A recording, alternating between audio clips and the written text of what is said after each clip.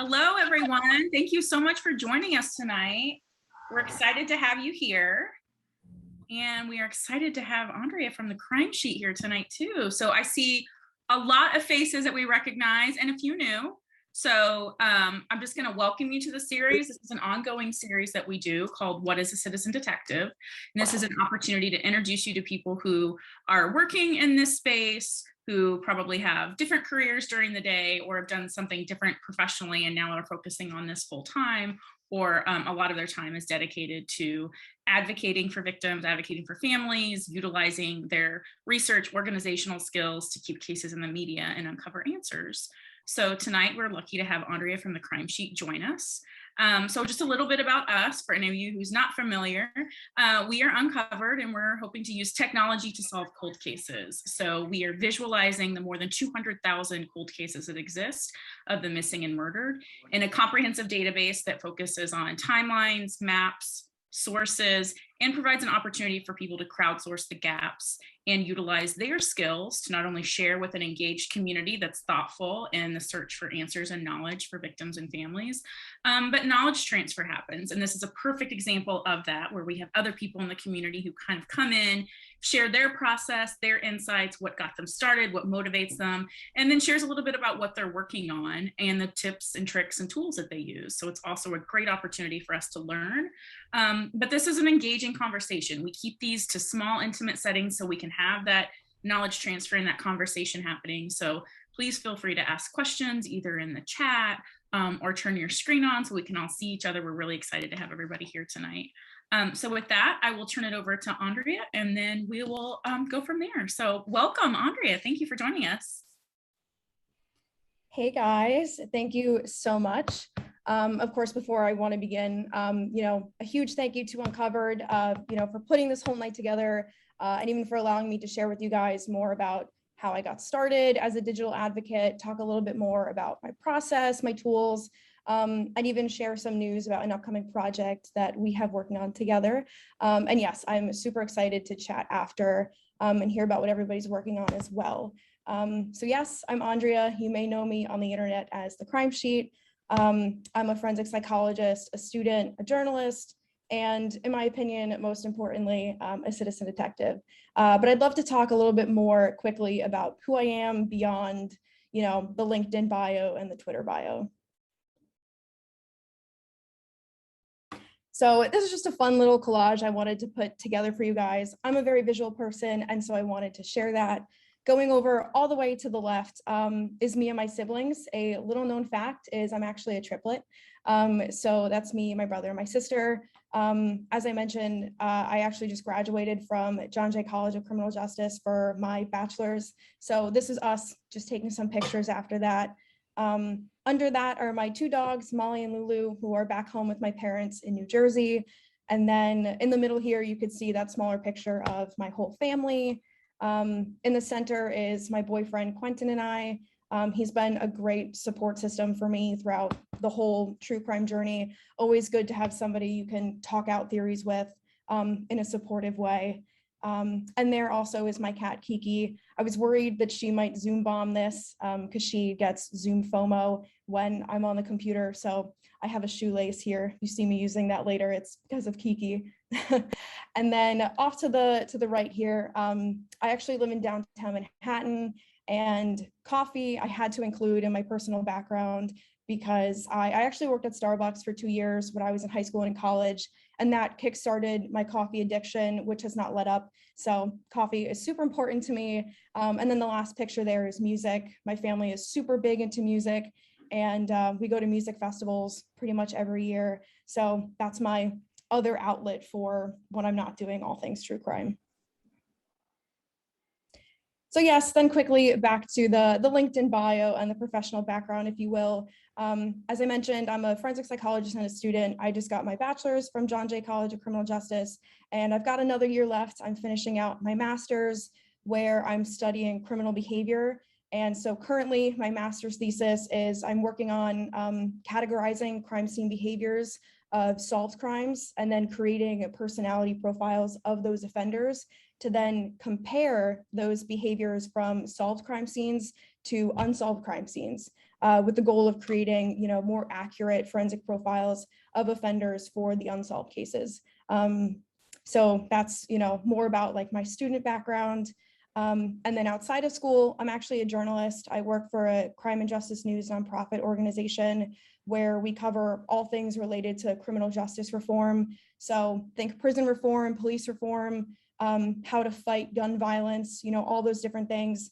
At our nonprofit, we read studies that researchers have put out about programs and things like that, and we kind of summarize them for readers. So yeah, that's what I do outside of school. And then most importantly for me, being a citizen detective and having the crime sheet. So for those of you who might not know, the crime sheet it started off as a blog that kind of branched into social media and YouTube. But for my blog, for all of it really, my goal is always to, spread information about cold cases of the missing and murdered, and also to use some of my forensic psychology knowledge to share a little bit more about forensic serial killers, share those profiles. But my blog is mainly for the more in-depth written content, stuff that has, really long timelines, citations, photos, all of that. That's really what you'll find on my blog. But my social media, I've used more for small case updates, something that's really helpful to get people to learn about a case really quickly. I find my social media platform has done really well with that. And then for YouTube, I use that for more visual components, video interviews, cases that have videos that are connected to them, so that I can showcase them on there. And yeah, I mean, truly, as I have, you can do the same thing of leveraging social media for your case or for your mission as well. With all that being said, though, I wanted to quickly talk about how I actually got here and how I started my blog, because the myth is truly that I did not know at any point in my life that, oh, I wanted to grow up and be a journalist or to be a digital advocate. That was never in the cards for me, or so I thought. But the fact was, I always knew that I wanted to help solve cold cases. So it all really started for me watching Criminal Minds at 11. I shouldn't have, because it was too graphic and my parents didn't really want me to. And so I would have to watch in secret when I would come home from middle school and watch it for the 30 minutes before my parents got home. But I was so pulled into the show because I couldn't wrap my head around the fact that a lot of the episodes are, based on real cases.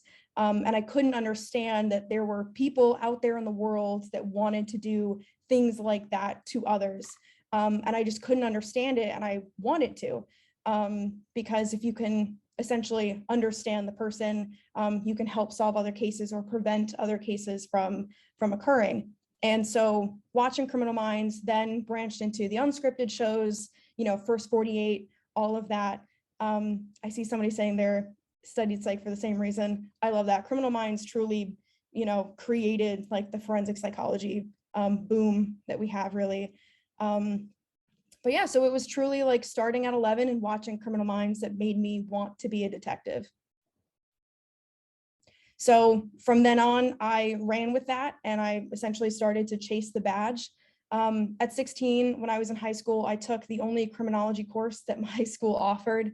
And I really enjoyed the conversations and the content. And I was also one of the youngest people taking the AP psychology class in high school. And then when I was 17, I had the opportunity to shadow some detectives in the Brooklyn Cold Case Squad for about 2 weeks. And that experience really solidified for me that instead of looking at like active homicide cases, I wanted to be a cold case detective. Walking in there and seeing all of the filing cabinets that were just all over the office and thinking in each one of those drawers, there is a file with a person, just blew my mind in the saddest way. And I knew that from then on, okay, I was going to focus on cold cases. So start 19, start college at John Jay. And then at 19 and a half, I started the NYPD cadet program. In the middle here is actually a picture that I took from the NYPD Cadet Corps or the Instagram account. And I just happened to be in it that day for the orientation picture they were taking. So I blurred everybody else out. But that's me in the back there signing all the paperwork to start becoming a police officer, starting that 5-month journey of doing the orientation. But then in the second picture there, as you can see, literally 24 hours after my orientation, I fell down the stairs trying to catch a subway in New York, and I broke my foot. So I couldn't walk for 8 weeks. And that 8 weeks took out a huge chunk of time in the 5-month hiring process. So by the end of the year, when I was supposed to get hired and start, actually doing work, I was one interview away from being completed with my process, and we couldn't schedule it before the hiring date. So they essentially said, come back next year. And I was completely devastated because I didn't want to wait that long. Like, yes, I could have waited another year to just go back and, chase the badge, continue doing that. But honestly, I just didn't want to. I had so much passion and so much information that I wanted to share about cases that it was actually from that point on that I started the crime sheet. And I haven't looked back.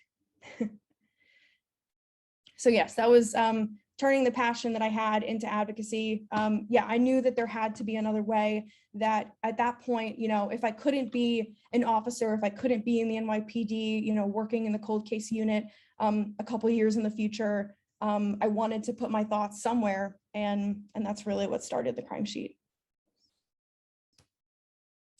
So talking a little bit more about my motivations, truly, I think they're pretty simple. And this goes back to, the realization that I had back in the Brooklyn Cold Case Squad was these cases are more than just headlines, that it's more than a murder mystery that go on TV.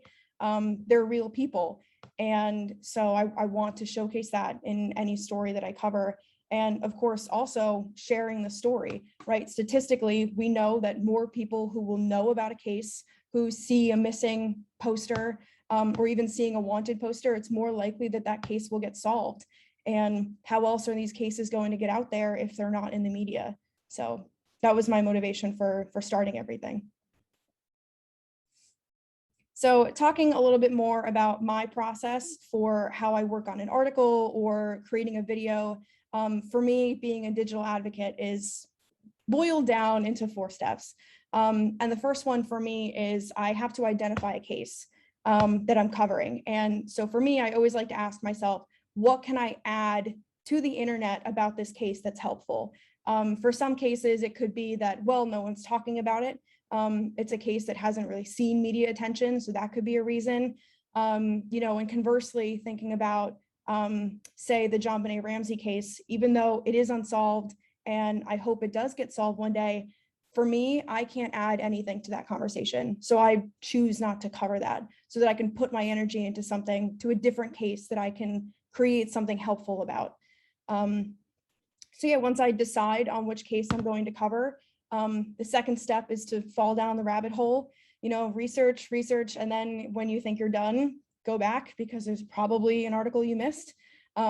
Just in my own experience, I feel like the research is never over, but that definitely takes the longest time. And then for me, step 3 is to take all of that information, all of that new stuff that I've just learned, and then arrange it or visualize it in a way that's interesting, that will get people to want to read it or watch the video or share the Instagram post.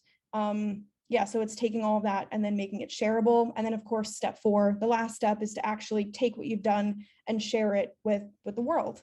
So now talking a little bit more about what that actually looks like, for an example of a couple articles I did last summer on the JJ and Tylee Vallow case.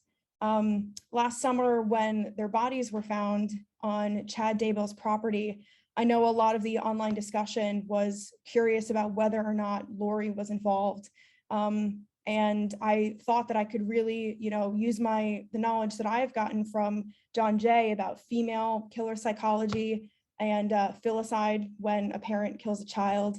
I wanted to use all the information that I learned at school and apply it to this case, to see if at all, to try to find out, was Lori involved in this case? So once I identified it, I fell down the rabbit hole. This is a picture of a whiteboard that I had in my old apartment where you can see I like wrote out stuff about female killer psychology. I looked up some data about, who is the likely profile of a female serial killer.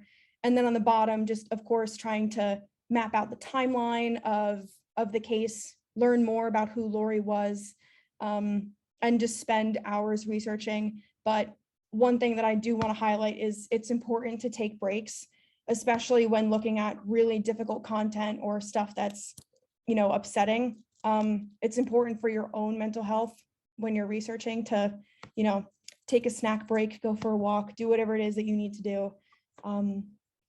So that's really what I did with this case.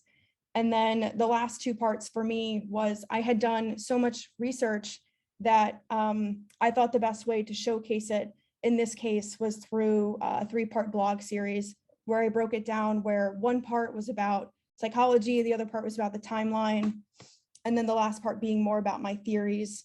And I also created this little graphic here, which a lot of people have shared with me that it was really helpful, which I appreciate because I know there are a lot of people involved in this case.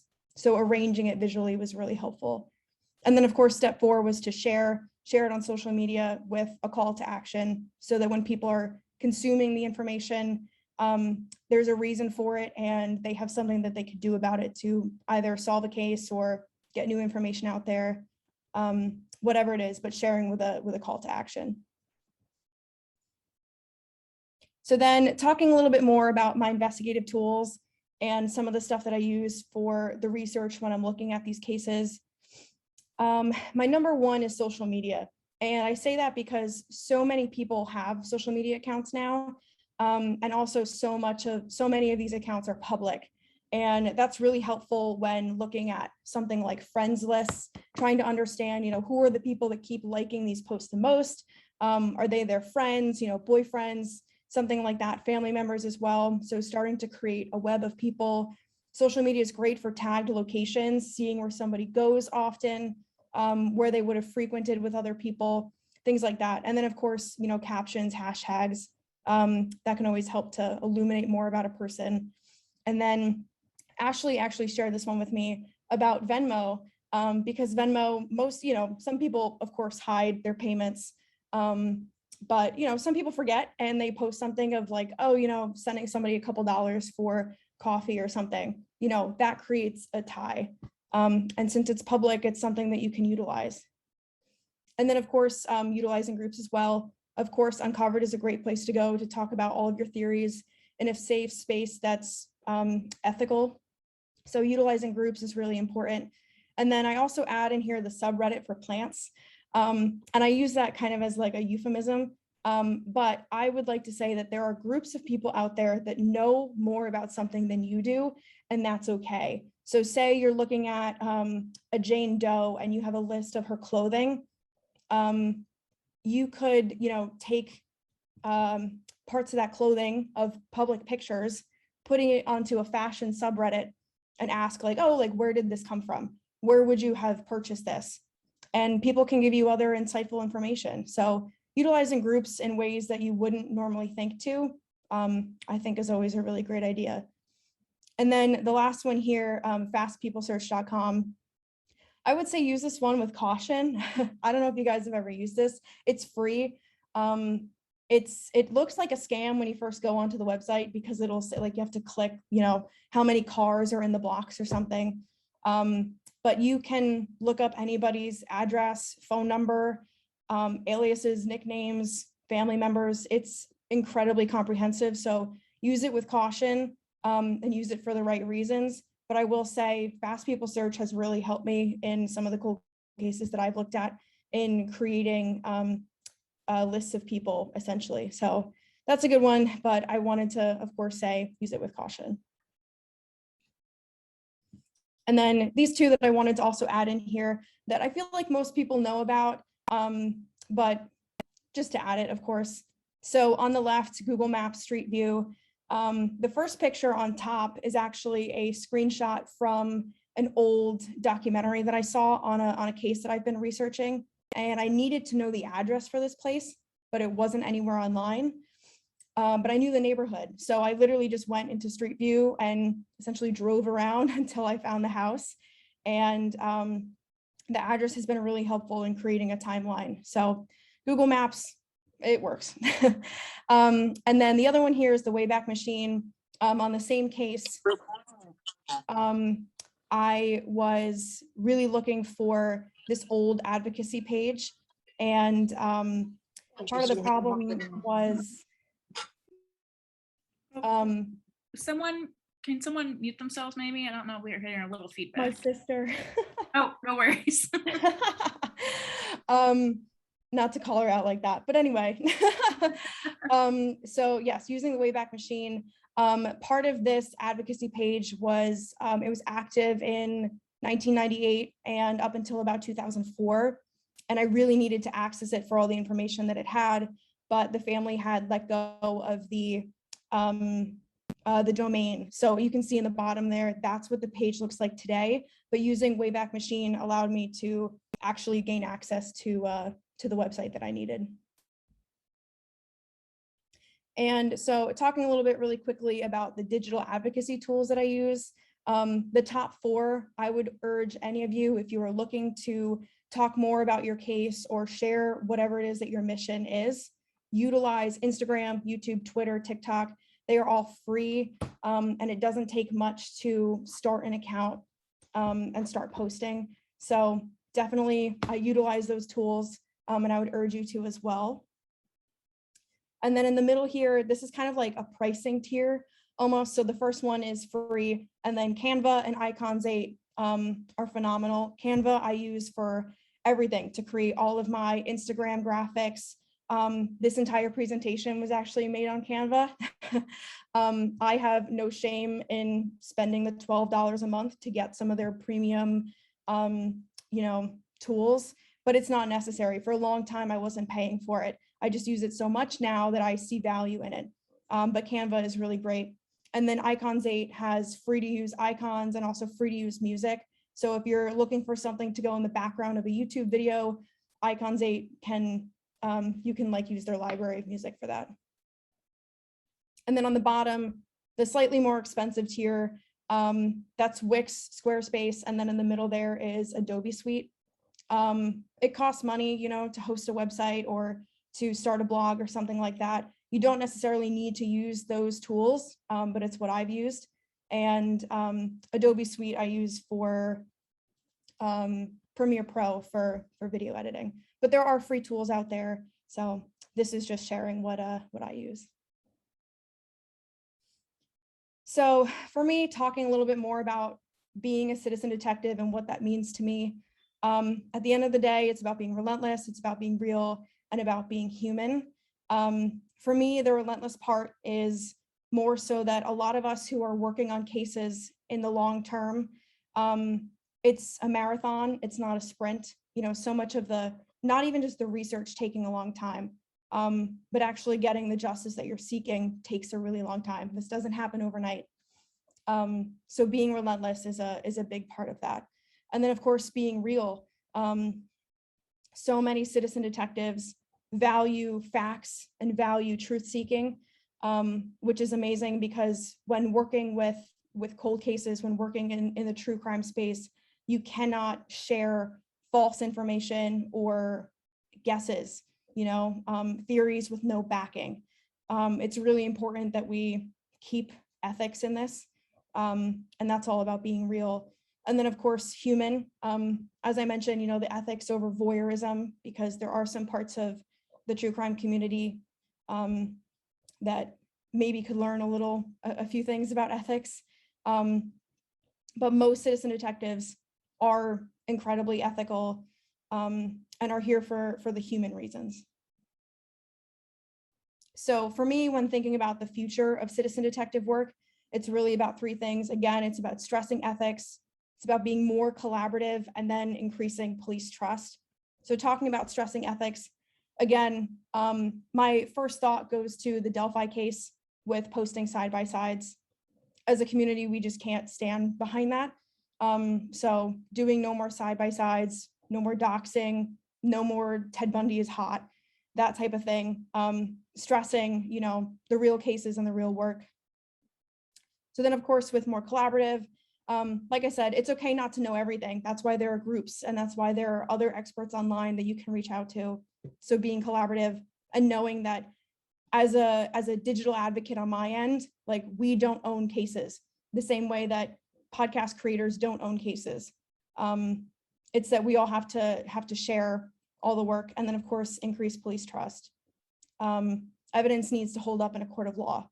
So police need to trust the true crime community, so that they don't turn us away right away. And that really comes with stressing ethics and being more collaborative.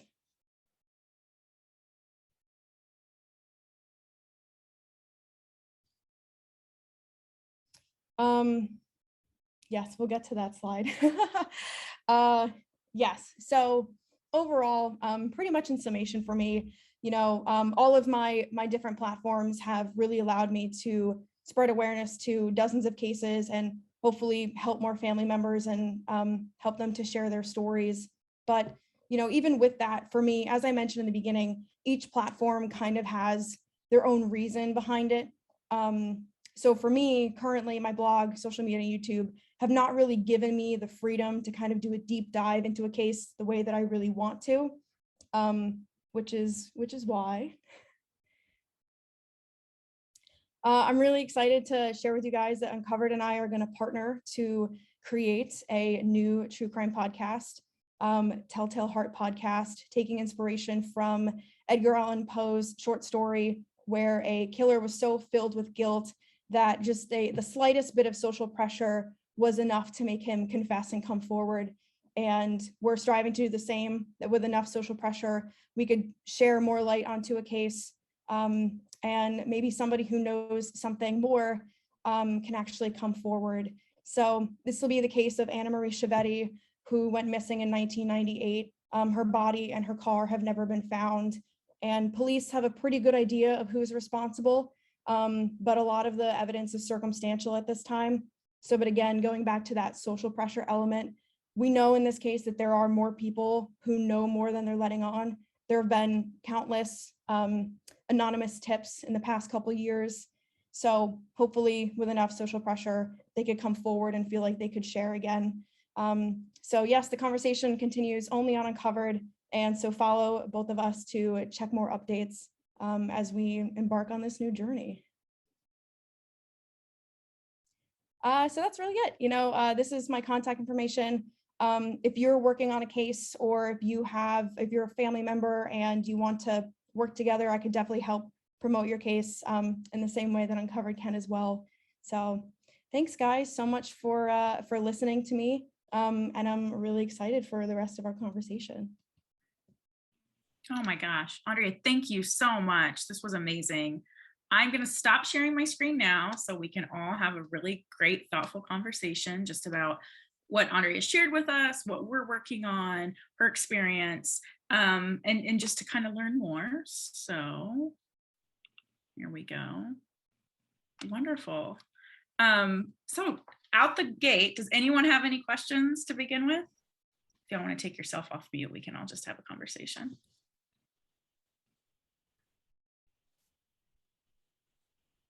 Some amazing jobs in the chat. Agreed. Very good job.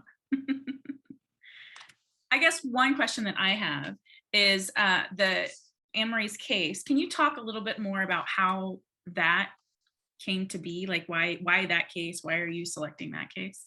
Yeah, definitely. Anna Marie's case kind of fell into my lap actually back when I was in middle school, when I was first getting into, telling friends and family like, oh yeah, like I watch Criminal Minds and all of that. And a family friend had said, oh, there's this cold case that I've been following out in Staten Island, and it's bothered me for a really long time. And so she shared with me all of the information. And so at that point, I think I was probably 11 or 12. And it was my first real interaction with a case that a body had never been found, a car was never found. And it stuck with me all those years because it's bothered me that how can somebody just absolutely vanish? There is evidence, there is a trail somewhere. People don't just disappear. And so the case has bothered me pretty much ever since then.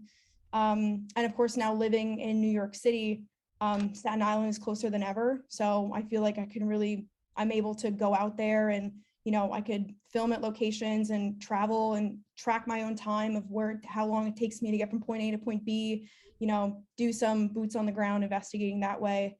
And then we just passed 23 years that she's been missing, and I'll be turning 23 in March. So, it's really one of those things where she's been missing for longer than I've been alive. And I would love to help bring justice for her and her family. That's, yeah. I mean, what an insight too of a case that's kind of stuck with you that you remember, and being able to now use the skills that you're learning in school and that you're fostering with the community to be able to hopefully shed some more light on that. What process have you done so far? Have you reached out with the family? Have you gotten in touch with law enforcement? What does that look like? Yeah, it's been a good mix right now. I'm definitely in the fact gathering stage. Working with you guys, you have such a comprehensive database and structured way of collecting information. So really filling that out. But I have been in touch with the private investigator who worked on the case for the family all the way back in the 90s.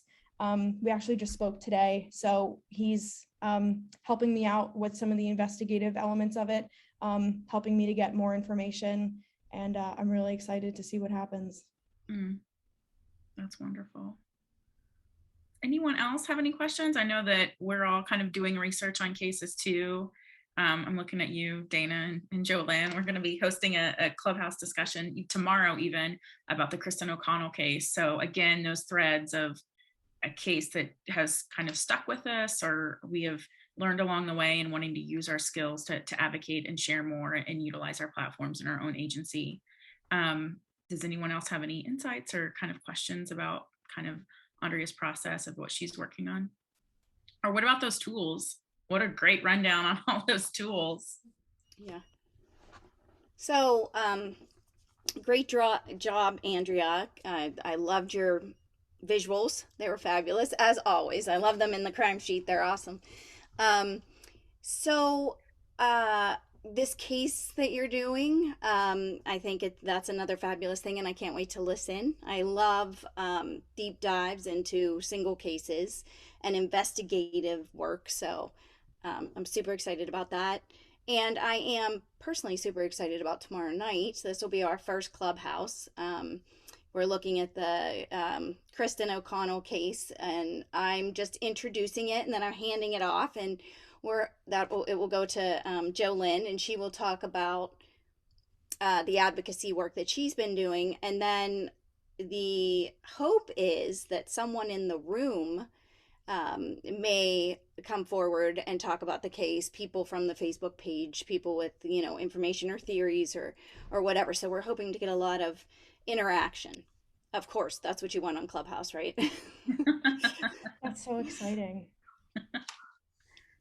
Awesome. Yeah, I mean, I'm definitely excited about it, and I think that the biggest thing for me has just been trying to make sure I'm continually aligned with what her mother wants and kind of fighting for her. So what I think, I mention this because it can be a challenge, because you've got, the research side, you've got the law enforcement side. Sounds like you have a private investigator that's open to you.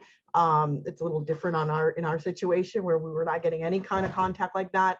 And so what I sort of tried to do is be as aligned as I can with what her goals are, and not sort of be pulled away into sort of the other stuff, because there's a lot of theories, there's a lot of people in the group, there's a lot of opinions about what happened, and you don't know if that's coming from someone who knows something or someone who knows someone who knows somebody. So you've got to kind of like be open to the outreach and the information, but also keep in mind you could be speaking to someone who's trying to misguide you.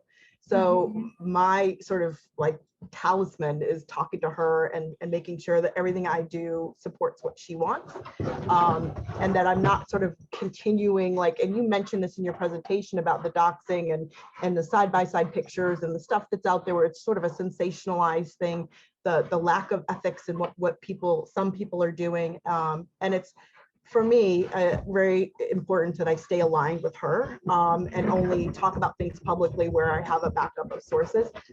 There's always more that I could say that I don't say. So I think the biggest challenge with advocacy and doing things sort of in the digital world is not being pulled aside by that and staying focused. And it's good to have like Uncovered and Dana and other people here, because that actually kind of focuses me on, staying on that line, and also having the tools and the resources when I'm struggling or I have an idea or I'm calling Dana saying, I'm thinking about doing this, does this make sense?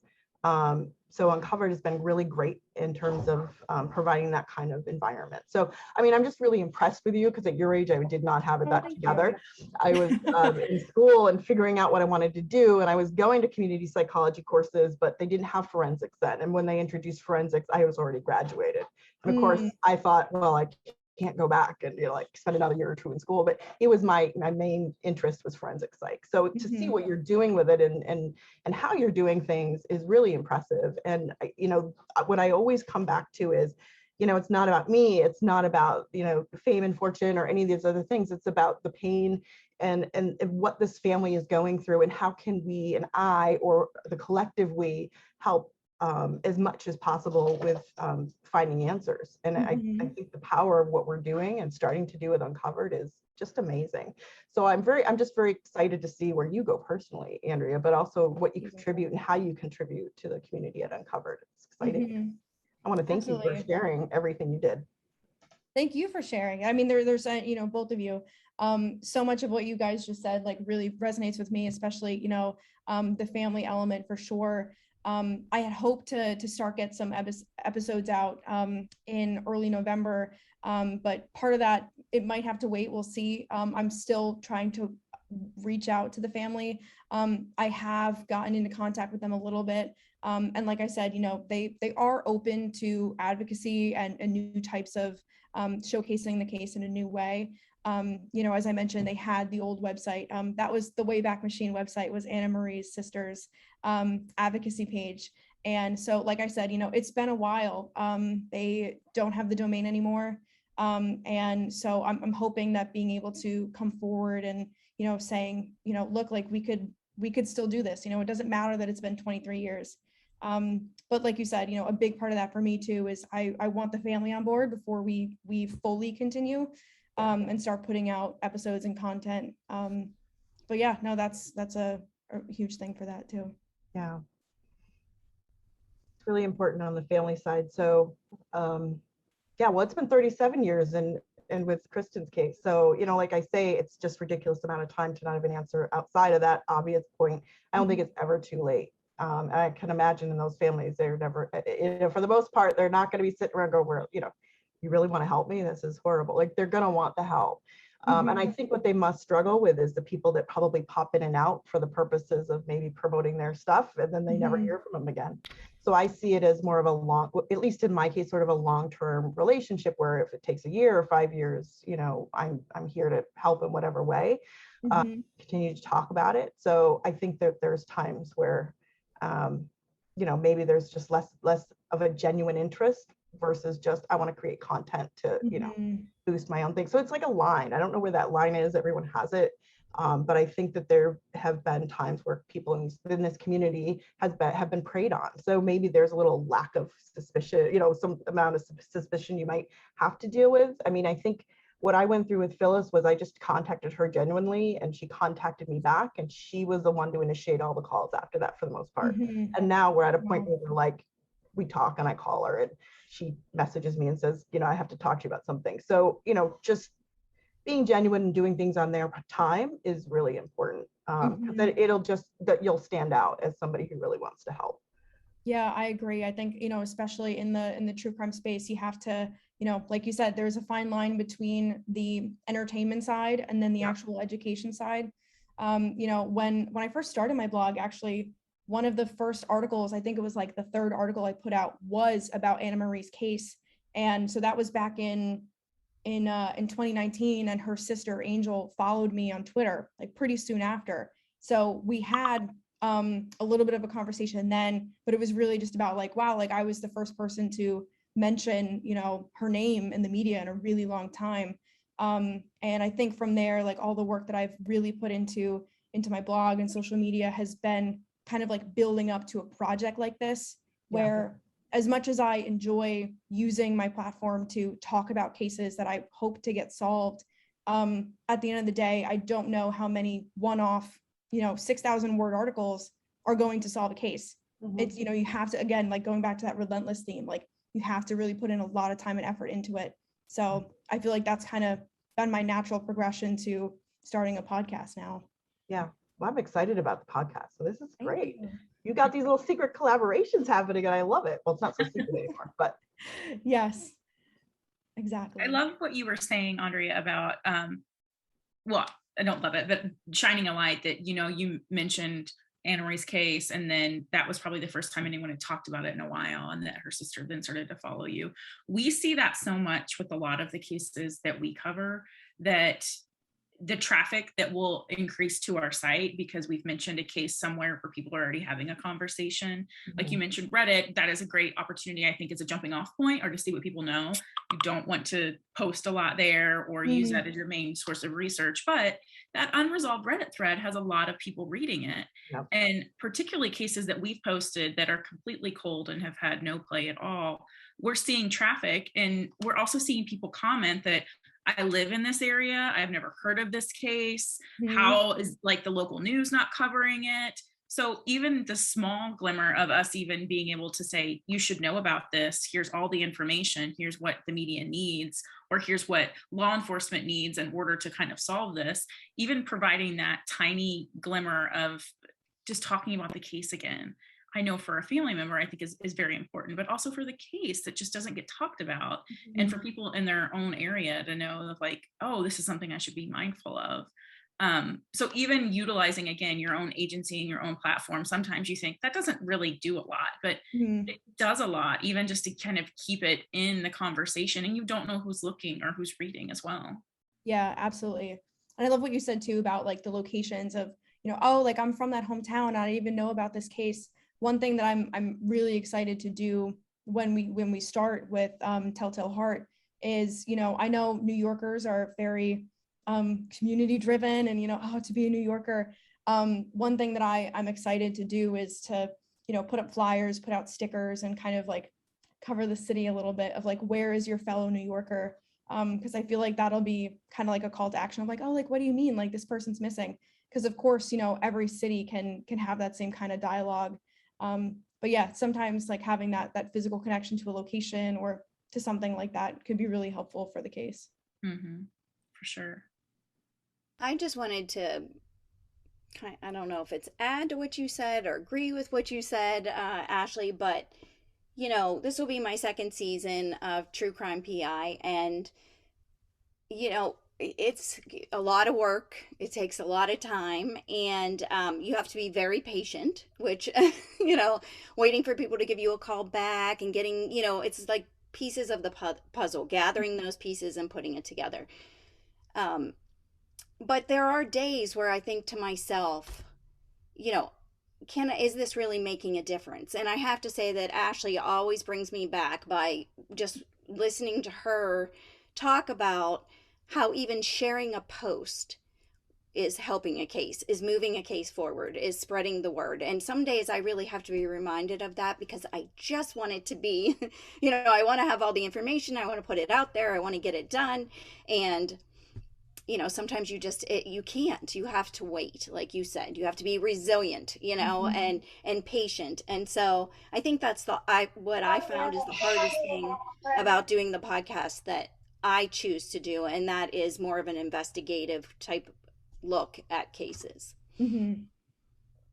Yeah, absolutely. All right. I want to call out specifically, just because I'm really excited she was able to join us tonight, but Professor Crystal Hans is on tonight, and I would like to introduce Crystal because she's actually one of the advisors for Uncovered, and we are working closely with her. She's a forensic entomologist with Purdue, so we have the opportunity to work with her in her classroom, and she really just envelops the mission of what we're trying to do at Uncovered, and was so excited about it, of an opportunity to then share with her students and also share with her area of expertise and specialty, and has brought other people along for the journey. So I just wanted to kind of call out you a little bit, Crystal, if you'd like to introduce yourself and talk maybe just a bit more about what we're working on together. Sure. Yeah. So nice to meet everybody. As Ashley mentioned, we are collaborating on a student and forensic education project with Uncovered. So last year is when we kind of started testing this out with the Purdue Forensic Science Club.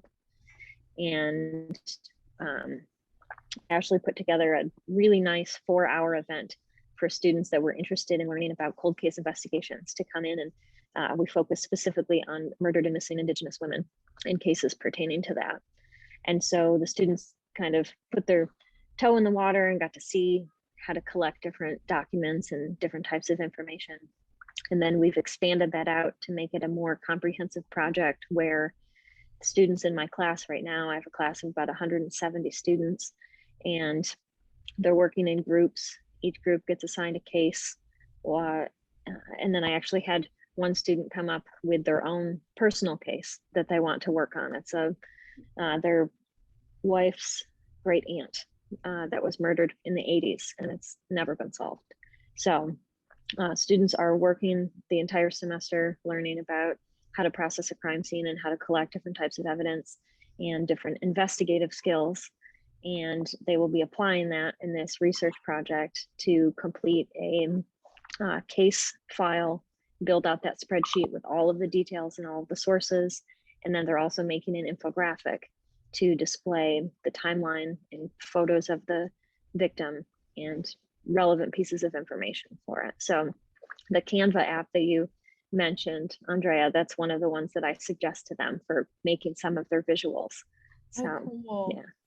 yeah. So we're super excited, and Ashley and Rachel came in to talk to all of my students last week, and they had a huge group of students after class that were just super excited about the project and excited to be able to contribute something meaningful. And I think that's what a lot of my students are looking for, is they want to put in the time, they want to put in the effort, and they want to do something that's going to benefit someone else. So this is a really wonderful collaboration for us.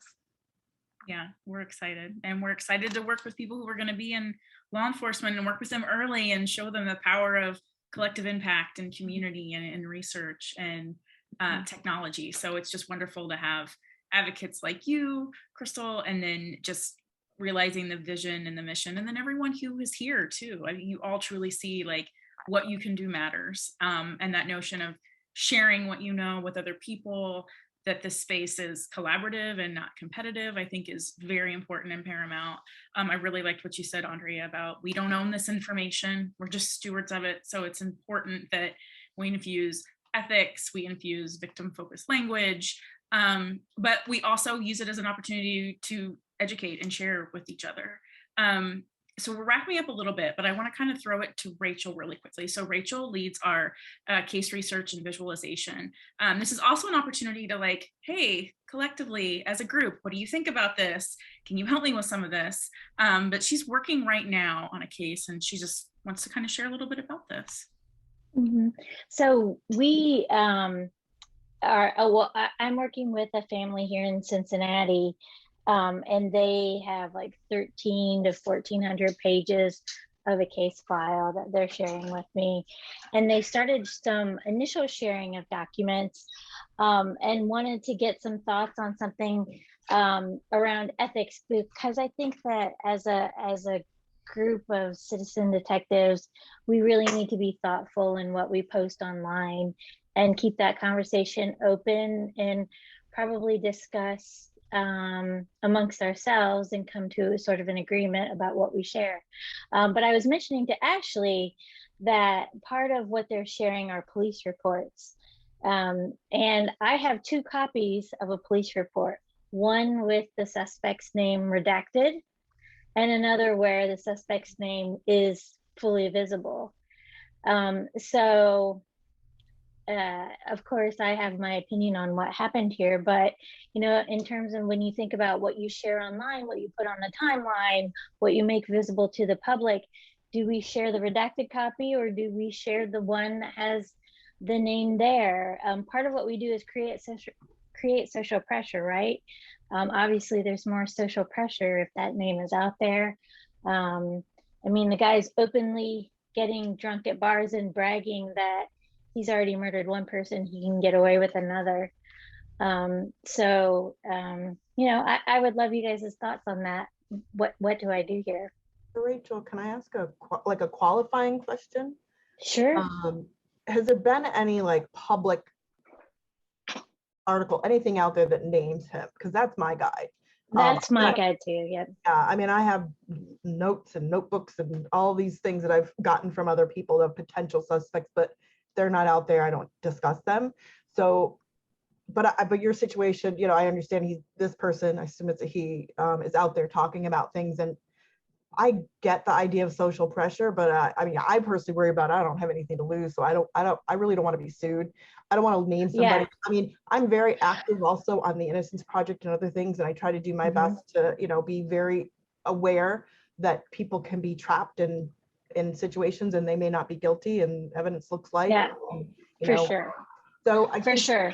For me, it's all about that line of like, unless somebody has named him and in law enforcement or somebody else, I don't discuss it publicly. And that's because obviously I have my own fears about someone saying, who are you? Name me. But I don't know, other people might have other insight and ideas. And sure, you know, my dilemma is, isn't the police report a public document? Is it through FOIA? The case is closed. No, they released the case file. Okay. Oh. No, that's a little bit of a different thing, because what's public, I work in public records, so we do, I don't have the company, I work for the company, and it's all public record stuff. So I know a lot about that, that kind of line. Yeah. It also goes back to what's open source information. You know, would this be considered an OSINT resource? Yeah. I don't know, but no, I think you bring up very good points. And to be clear, and I think Andrea, you were going to say something, but to be clear, he lived with her, and his mother is the one that reported the suicide. And I wouldn't put him out as a suspect and say, you know, I would just say he's a person with information. So I'm very conscious of what you're saying, Jolynn. And I feel like if I can find one news article that has his name in it, then I will just say such and such lived with the victim at the time. And that was going to be my sort of go-to. I don't know what you guys' thoughts were on that. Lexi, I know you unmuted first. I definitely want to hear your thoughts. Thank you. I actually was thinking just about like the Murder Squad podcast. So that's kind of like one of the rules of like, don't name names. But I also do feel like if it's mentioned in like articles, and to some extent, it's like public knowledge for others.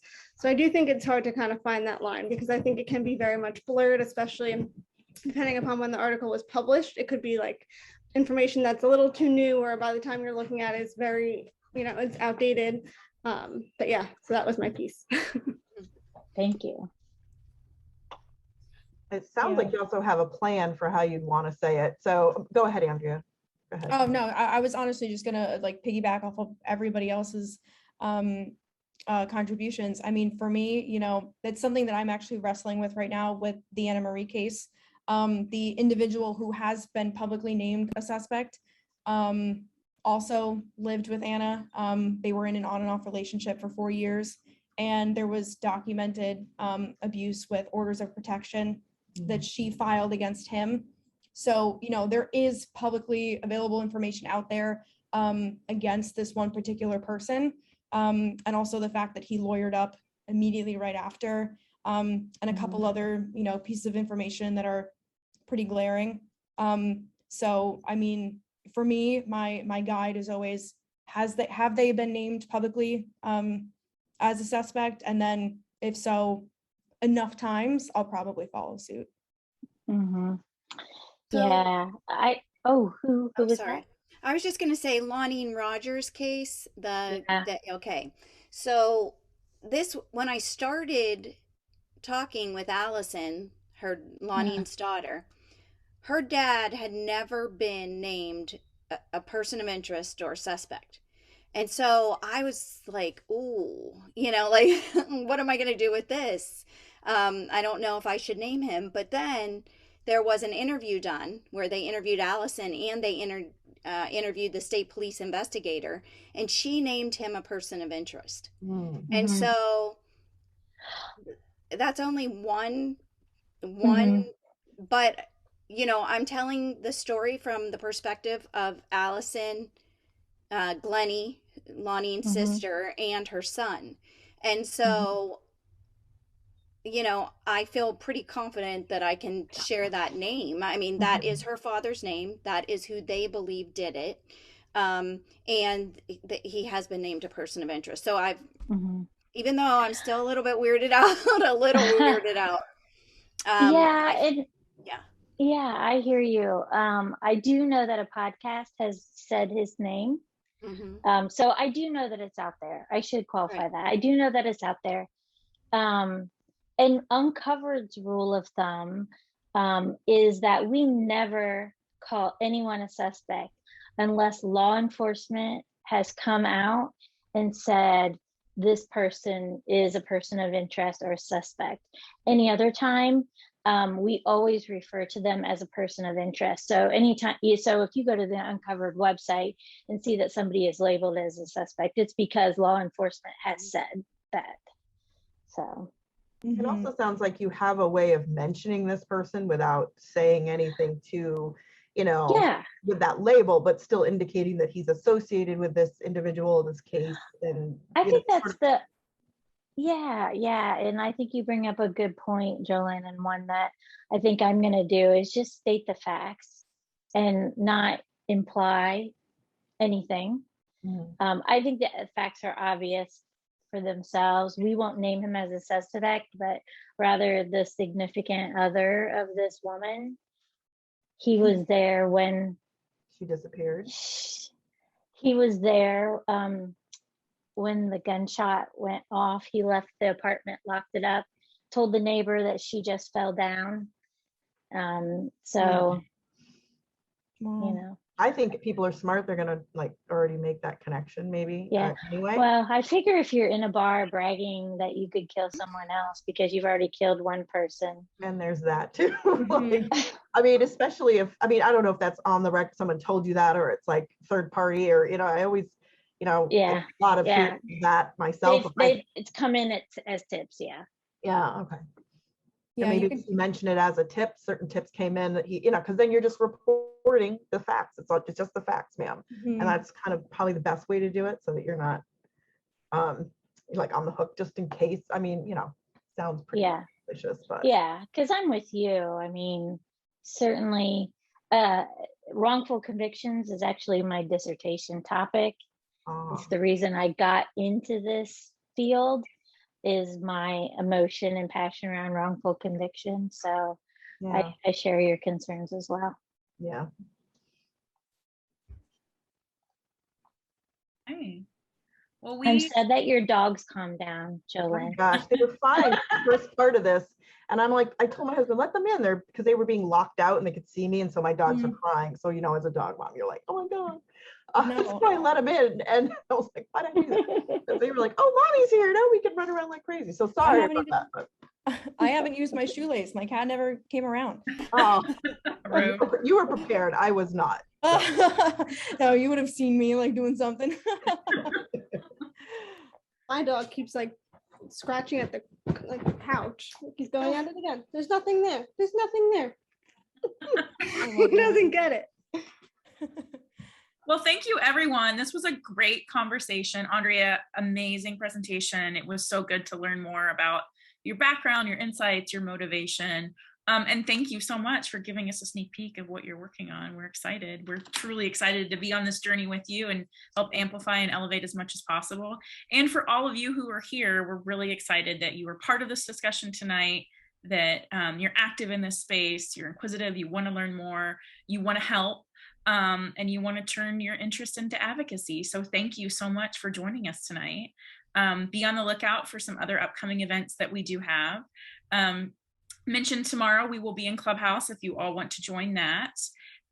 So that'll be a conversation with myself, Dana, and Jolynn, and we'll be talking about the Kristen O'Connell case. And then the following week, we'll be hosting a panel with the National Freedom of Information Coalition with Dana. Yes, Maggie Freeling and Sarah Turney, who's also here tonight. So we're really excited to have that conversation about utilizing public records and hopefully solving and getting answers in cold cases. So sign up for that, be part of that conversation. And we'll see you all on the internet. How about that? Awesome. Thank you. All right. Thank you. Have a good night, everybody. Good night. Bye.